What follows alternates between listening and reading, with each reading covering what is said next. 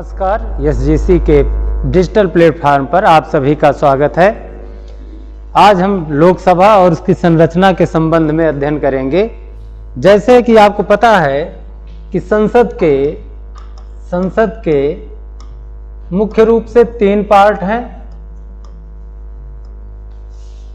राष्ट्रपति, राज्यसभा, लोकसभा। ये तीनों मिलकर संसद कहलाते हैं।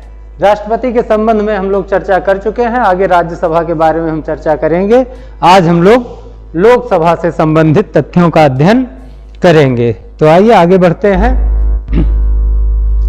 सबसे पहले लोकसभा की संरचना की बात करेंगे। तो लोकसभा की संरचना में मुख्य रूप से हमें 3 तत्वों का ख्याल रखना चाहिए। सबसे पहले राज्यों का प्रतिनिधित्व।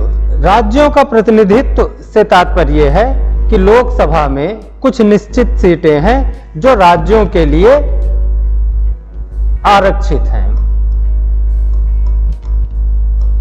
दूसरा, संघ राज्य क्षेत्रों का प्रतिनिधित्व। कुछ सीटें संघ राज्य क्षेत्रों के लिए आरक्षित हैं। और नामित या नाम निर्देशित सदस्य, यानी कि कुछ सदस्यों को नामित, मनोनीत या नाम निर्देशित किया जा सकता है। तो आप देखेंगे इनको कहा जाता है नामित सदस्य। तो ये 3 क्राइटेरिया बनाई गई है, जहां से आपको पता है लोकसभा की अधिकतम सदस्य संख्या 552 हो सकती है। अधिकतम सदस्य संख्या 552 हो सकती है, जिसमें राज्यों का प्रतिनिधित्व 530 का है। संघ राज्य क्षेत्रों का प्रतिनिधित्व 20 सीटों का है। और जो नामित या मनोनीत सदस्य होंगे उनकी संख्या 2 हो सकती है। इसमें तो ये मैक्सिमम संख्या है लोकसभा की, आपको ये ध्यान देना है, ये मैक्सिमम संख्या है। लेकिन वर्तमान की स्थिति की बात करें कि वर्तमान समय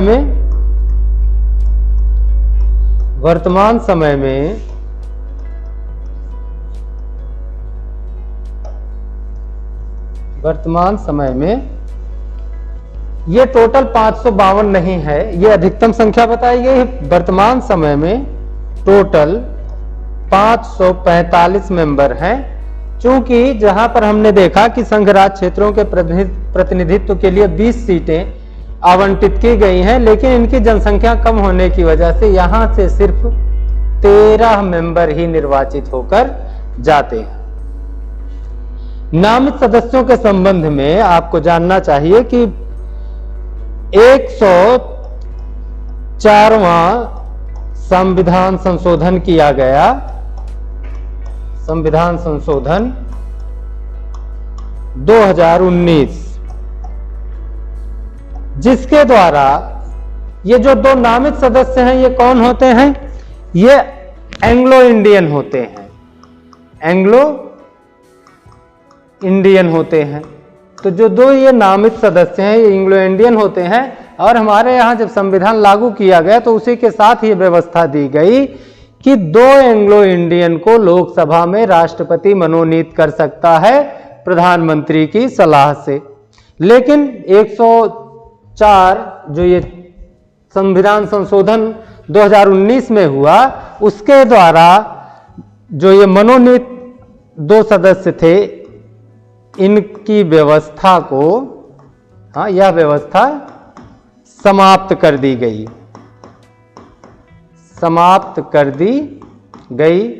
अर्थात आप ये जो 2 नामित सदस्य थे ये पद समाप्त कर दिए गए। अब चूंकि 2 नाम निर्देशित सदस्यों की जो सदस्यता थी, जो उनके चयन का आधार था, उसको समाप्त कर दिया गया कि ये पद अब नहीं होंगे। तो मैक्सिमम संख्या जो हमने अभी तक 552 बताया, ये घटकर हो गई 550। अब 550 सदस्य ही टोटल रह गए और 13 यहां से आते हैं, तो आप अगर ध्यान दें तो आप देखेंगे कि 530 जो है ये राज्य, ये अभी भी बरकरार हैं। राज्यों से 530 सदस्य आते हैं। यहां 20 चूंकि नहीं आते, 13 आते हैं तो हम 13 कर देंगे। पहले +2 हो जाता था, ये नाम निर्देशित सदस्य होते थे, एक और संविधान संशोधन के द्वारा इसको समाप्त कर दिया गया। तो अब अगर हम देखें तो ये 2 भी खत्म हो गए, तो 530 और 13 टोटल सदस्यों की संख्या कितनी होती है? 543, 543 सदस्य। तो अगर आपसे कहा जाए कि वर्तमान समय में लोकसभा की कुल सदस्य संख्या कितनी है, तो अब 545 नहीं रह गया, बल्कि ये 543 हो गया है, 543। तो इस समय लोकसभा के सदस्यों की कुल संख्या कितनी हो गई है? 543 हो गई है। अब लोकसभा के चुनाव प्रणाली की बात की जाए तो लोकसभा के जब चुनाव प्रणाली की हम बात करते हैं तो एक्चुअल में चुनाव प्रणाली से तात्पर्य क्या है?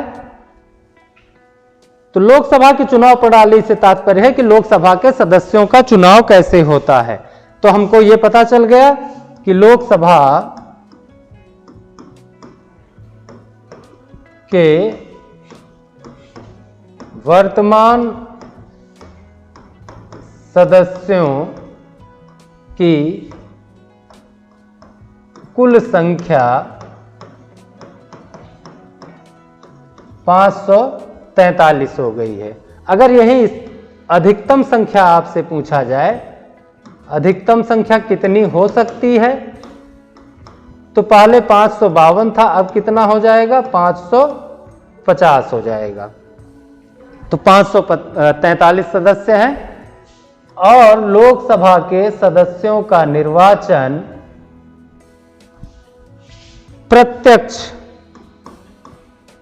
प्रत्यक्ष निर्वाचन होता है। प्रत्यक्ष निर्वाचन से तात्पर्य है कि इनके निर्वाचन के लिए, इनके चुनाव के लिए जनता सीधे भाग लेती है, जनता सीधे इनका चुनाव करती है।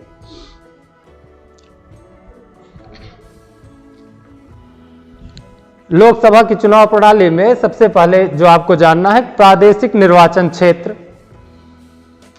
प्रादेशिक निर्वाचन क्षेत्र से तात्पर्य है कि यह प्रयास किया जाएगा कि सभी राज्यों को उनकी जनसंख्या के अनुपात में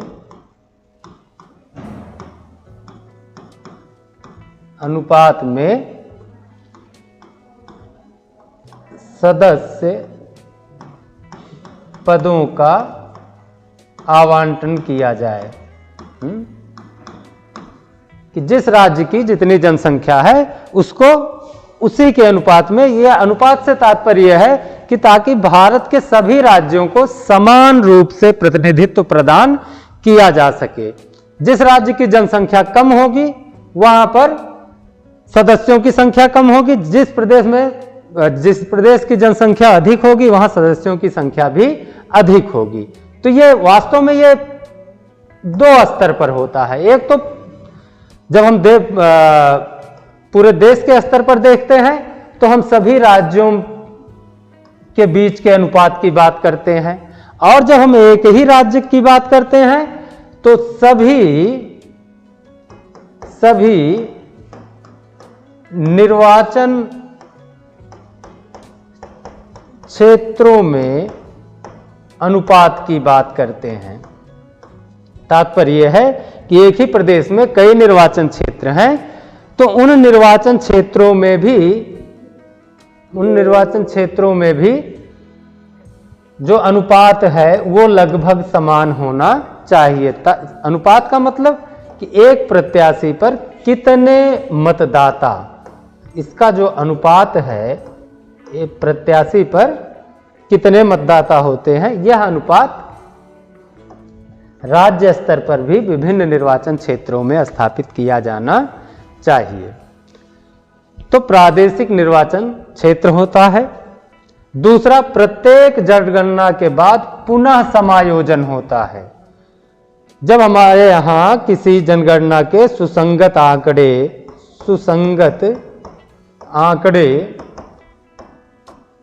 प्रकाशित हो जाते हैं तो पुनः समायोजन कर दिया जाता है सीटों का, ताकि इस अनुपात को बनाए रखा जा सके। एससी और एसटी के लिए सीटों का आरक्षण किया गया है। आप देखेंगे कि संविधान लागू होने के साथ ही एससी एसटी वर्ग के लिए कुछ सीटों को आरक्षित किया गया था। तो अगर हम देखें एससी के लिए कुल 84 सीटें आरक्षित हैं। एससी के लिए कुल 84 सीटें आरक्षित हैं, जबकि एसटी के लिए 47 सीटें आरक्षित की गई हैं।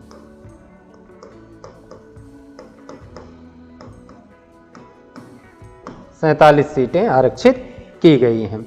अब बात आती है लोकसभा की अवधि का। तो आपको पता है कि जो सदस्यों का चुनाव होता है लोकसभा के, वो होता है 5 वर्ष के लिए, 5 वर्ष, और यही लोकसभा का भी कार्यकाल माना जाता है। तो लोकसभा सभा की अवधि कितनी होती है? 5 वर्ष, 5 वर्ष। लेकिन इस 5 वर्ष के पहले भी लोकसभा को विघटित किया जा सकता है, लोकसभा को स्थगित किया जा सकता है, या लोकसभा को भंग किया जा सकता है। तात्पर्य है कि 5 वर्ष के पहले अगर कोई सरकार सत्ता में है और वह अपना बहुमत खो देता है, तो राष्ट्रपति का यह कर्तव्य हो जाता है कि वह उस सरकार को बर्खास्त करे, और अगर विपक्ष का नेता सरकार बनाने में सक्षम है या वह बनाने की मांग करता है तो उसको अवसर दिया जाए, अन्यथा लोकसभा को भंग करके पुनः निर्वाचन कराया जाए। एक और स्थिति बनती है आपातकाल की स्थिति, जो आपको जानना चाहिए। आपातकाल में भी लोकसभा की अवधि को परिवर्तित किया जा सकता है। अगर अनुच्छेद 352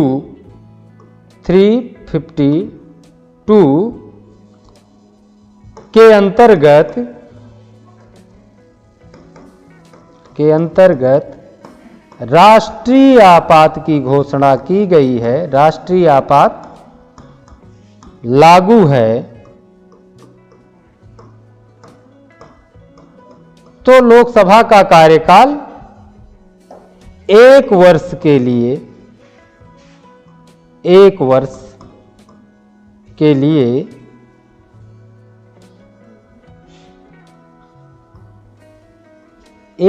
के लिए बढ़ाया जा सकता है। और अगर आपातकाल फिर भी खत्म नहीं होता है तो इसे पुनः 1 वर्ष के लिए, और आपातकाल अगर और आगे बढ़ता है तो इसे पुनः 1 वर्ष के लिए, और अगर आपातकाल और आगे बढ़ता है तो पुनः 1 वर्ष के लिए। ये एक वर्ष तब तक आगे बढ़ता रहेगा जब तक कि आपातकाल समाप्त नहीं हो जाता है। तो ये लोकसभा की अवधि से संबंधित कुछ तथ्य थे। नेक्स्ट, निर्वाचित होने की योग्यता क्या है, कि लोकसभा का सदस्य होने के लिए किसी के अंदर कौन सी योग्यताएं होनी चाहिए। तो सबसे पहले वह भारत का नागरिक हो, सबसे पहले वह भारत का नागरिक हो। दूसरा, 25 वर्ष की आयु पूरी कर चुका हो।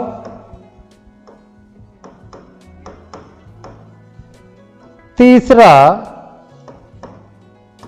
किसी लाभ के पद पर न हो।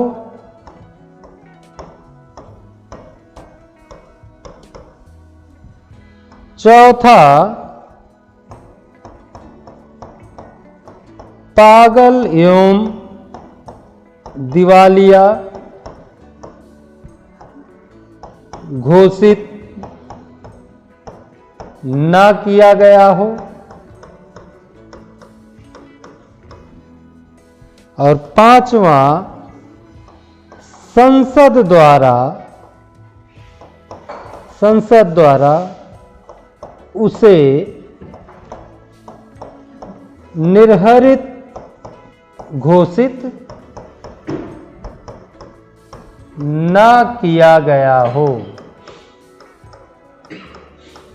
है ना, ऐसे कुछ कंडीशंस हैं जिनको अगर कोई व्यक्ति पूरा करता है, हाँ, भारत का नागरिक हो, 25 वर्ष की आयु पूरी कर चुका हो, किसी लाभ के पद पर ना हो, पागल एवं दिवालिया घोषित ना किया गया हो, और संसद द्वारा उसे किसी विधि के अंतर्गत निर्हरित घोषित ना किया गया हो, ऐसा व्यक्ति लोकसभा का चुनाव लड़ सकता है, लोकसभा की सदस्यता को ग्रहण कर सकता है। नेक्स्ट, सदन का पीठासीन अधिकारी। तो आपको पता है कि लोकसभा के दो मुख्य पीठासीन अधिकारी होते हैं, अध्यक्ष और उपाध्यक्ष। अध्यक्ष और उपाध्यक्ष। अध्यक्ष के बारे में हम लोग विस्तार से अध्ययन कर चुके हैं।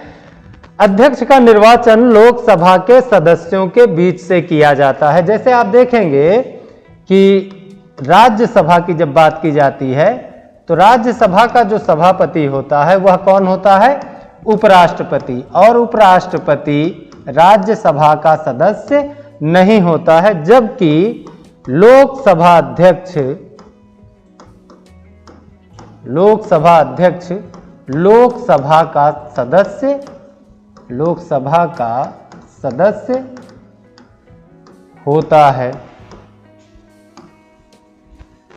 तात्पर्य यह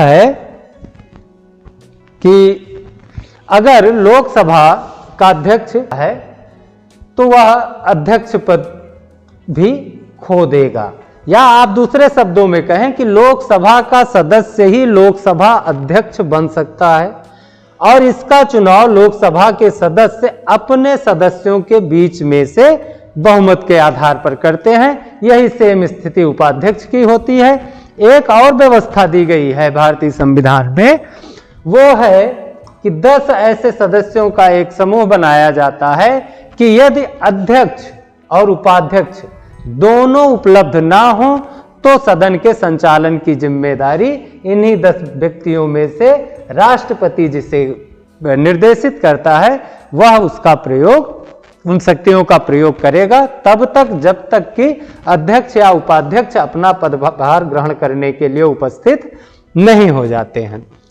नेक्स्ट, सदन का नेता। सदन का नेता कौन होता है? सदन का नेता हमेशा प्रधानमंत्री होता है। जो प्रधानमंत्री होगा वही सदन का नेता होगा। उसके बाद बात आती है विपक्ष का नेता। विपक्ष का नेता कौन होता है? जो सबसे बड़ी विपक्षी पार्टी होती है उसका नेता विपक्ष का नेता होता है। लेकिन यहां आवश्यक है कि विपक्ष का नेता होने के लिए जो सबसे बड़ी पार्टी है उसने कम से कम 1/10 सीटें जीती हों।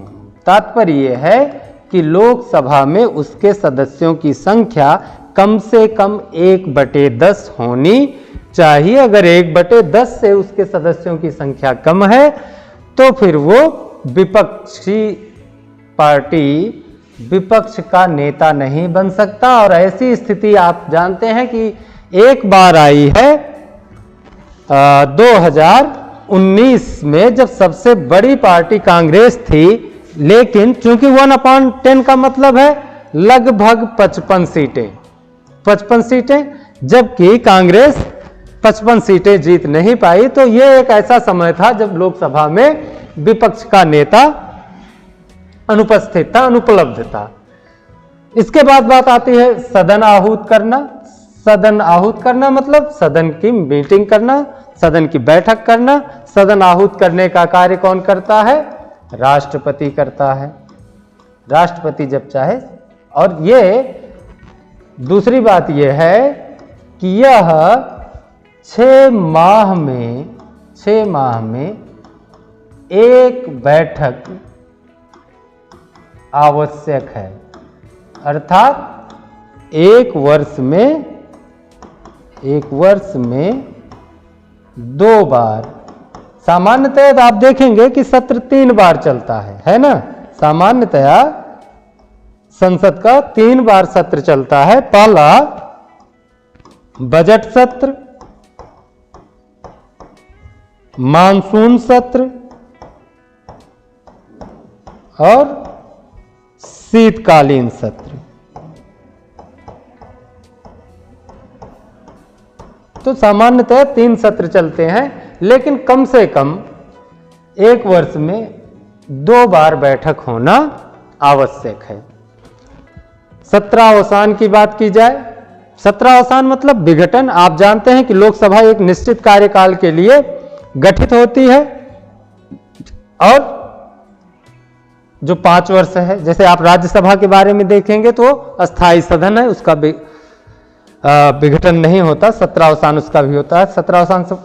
सत्रावसान की घोषणा कौन करेगा? राष्ट्रपति। कैसे करेगा?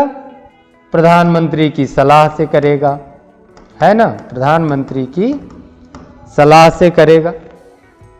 इसकी प्रक्रिया ये होती है। इसकी प्रक्रिया के बारे में अगर हम चर्चा करें तो स्पीकर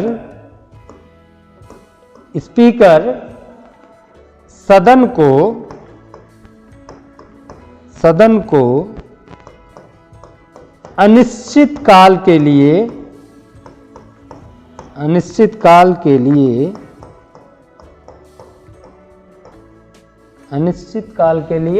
स्थगित कर देता है ना।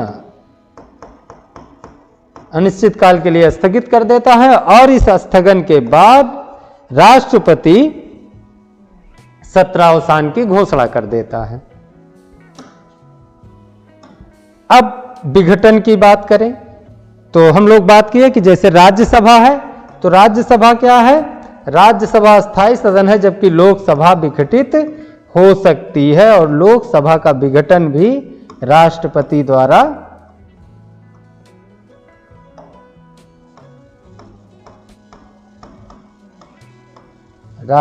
द्वारा किया जाता है। यह विघटन हो सकता है यदि सत्ताधारी दल अपना बहुमत खो दे, या वो इस्तीफा दे दे, या और अन्य इस तरीके कोई परिस्थिति हो कि प्रधानमंत्री राष्ट्रपति से सदन को भंग करने की सिफारिश कर दे, तो राष्ट्रपति लोकसभा का विघटन कर सकता है। गणपूर्ति या कोरम की बात की जाए तो सदन को चलने के लिए यह आवश्यक है कि कम से कम 1/10 सदस्य उपस्थित हों, है ना, उपस्थित हों। यदि इतने सदस्य उपस्थित नहीं हैं तो स्पीकर का यह दायित्व बन जाता है कि वह सभा को स्थगित कर दे। तो सभा को संचालित करने के लिए गणपूर्ति का या कोरम का पूरा होना आवश्यक है। अब बात करते हैं सदन की भाषा। तो सदन की भाषा के रूप में 2 भाषाओं को मान्यता दी गई है। पहला हिंदी और दूसरा अंग्रेजी। अर्थात 2 भाषाओं में सदन का कार्य संचालित होगा, या तो यह हिंदी में होगा या तो अंग्रेजी में संचालन किया जाएगा। तो एक बार हम लोग फिर से देख लेते हैं।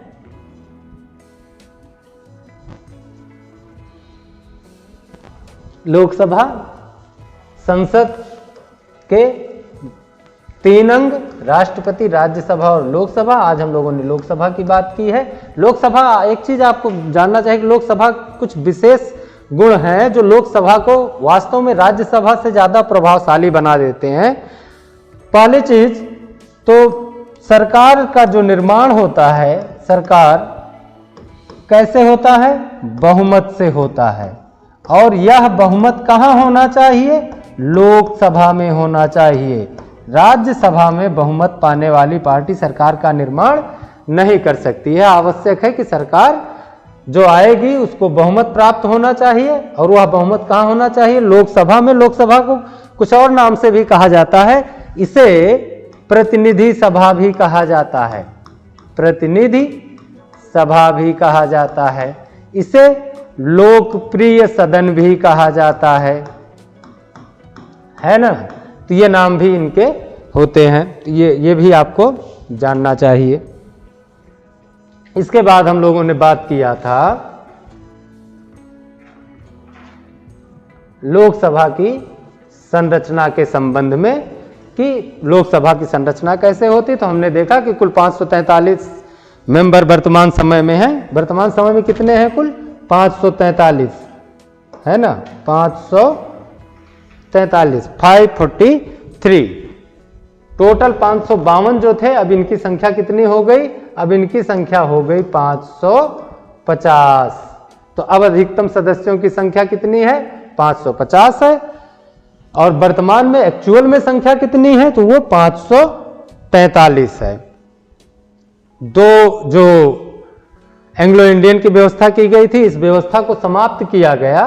तो इस व्यवस्था को कैसे समाप्त किया गया? तो यहां आपको ध्यान देना चाहिए कि 104वां जो ये संविधान संशोधन था, संविधान संशोधन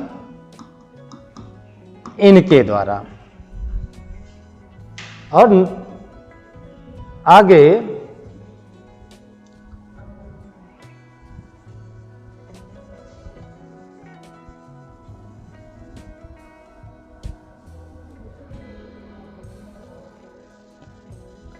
लोकसभा की चुनाव प्रणाली की बात करें तो प्रादेशिक निर्वाचन की हम लोग बात कर चुके हैं। प्रत्येक जनगणना के बाद पुनः समायोजन किया जाएगा। एससी एसटी के लिए सीटों का आरक्षण है, आपको पता है। एससी के लिए 84 सीटें आरक्षित हैं और एसटी के लिए 47 सीटें आरक्षित हैं। तो इसके लिए 84 एससी के लिए और एसटी के लिए 47। लोकसभा की अवधि की बात की जाए तो लोकसभा की अवधि कितनी है? 5 वर्ष है। निर्वाचित होने की योग्यता की बात की जाए तो भारत का नागरिक हो, 25 वर्ष की आयु पूरी कर चुका हो, किसी लाभ के पद पर ना हो, पागल या दिवालिया घोषित न किया गया हो, या संसद द्वारा उसे चुनाव लड़ने से रोका ना गया हो। आपातकाल की स्थिति में सदन का पीठासीन अधिकारी अध्यक्ष या उपाध्यक्ष होता है। सदन का नेता प्रधानमंत्री होता है। विपक्ष का नेता ऐसी सबसे बड़ी पार्टी जिसकी सदस्य संख्या कम से कम 1/10 हो या 10वां हिस्सा हो, उसे हम विपक्ष का नेता कहते हैं। और आप विपक्ष का नेता जो होता है, इसे कैबिनेट स्तर के मंत्री का दर्जा, कैबिनेट स्तर के मंत्री का दर्जा प्रदान किया जाता है। सदन को आहूत करने का कार्य राष्ट्रपति के द्वारा किया जाता है। 6 माह में कम से कम 1 बैठक का होना आवश्यक है। सत्रावसान की घोषणा भी राष्ट्रपति के द्वारा की जाती है। जब स्पीकर द्वारा सदन को अनिश्चित काल के लिए स्थगित कर दिया जाता है, ऐसी अवस्था में राष्ट्रपति सत्रावसान की घोषणा कर सकता है। सदन का विघटन भी हो सकता है, लोकसभा का विघटन भी किया जा सकता है। हाँ, ऐसा विघटन तब होता है कि जब सत्ताधारी दल अपना बहुमत लोकसभा में खो दे, अथवा प्रधानमंत्री राष्ट्रपति को सलाह दे कि सदन को भंग कर दिया जाए, विघटित कर दिया जाए, तो राष्ट्रपति सदन का विघटन कर सकता है। गणपूर्ति के लिए 1/10 सदस्य का उपस्थित होना आवश्यक है, तभी सदन की कार्यवाही को आगे बढ़ाया जा सकता है। सदन की भाषा की बात की जाए तो मुख्य रूप से 2 भाषाएं, हिंदी और अंग्रेजी, ये कार्य संचालन की भाषाएं निर्धारित की गई हैं। तो इसी के साथ आज का ये लोकसभा से संबंधित जो तथ्य थे आपके समक्ष प्रस्तुत किया। उम्मीद है आपको समझ में आया होगा। आगे हम पार्लियामेंट के दूसरे सदन के बारे में यानी कि राज्यसभा के बारे में चर्चा करेंगे। तो अगले लेक्चर में मिलेंगे, तब तक के लिए धन्यवाद, नमस्कार।